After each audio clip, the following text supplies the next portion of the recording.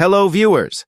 In this video, I will show you how to show the MS Office icon on your desktop.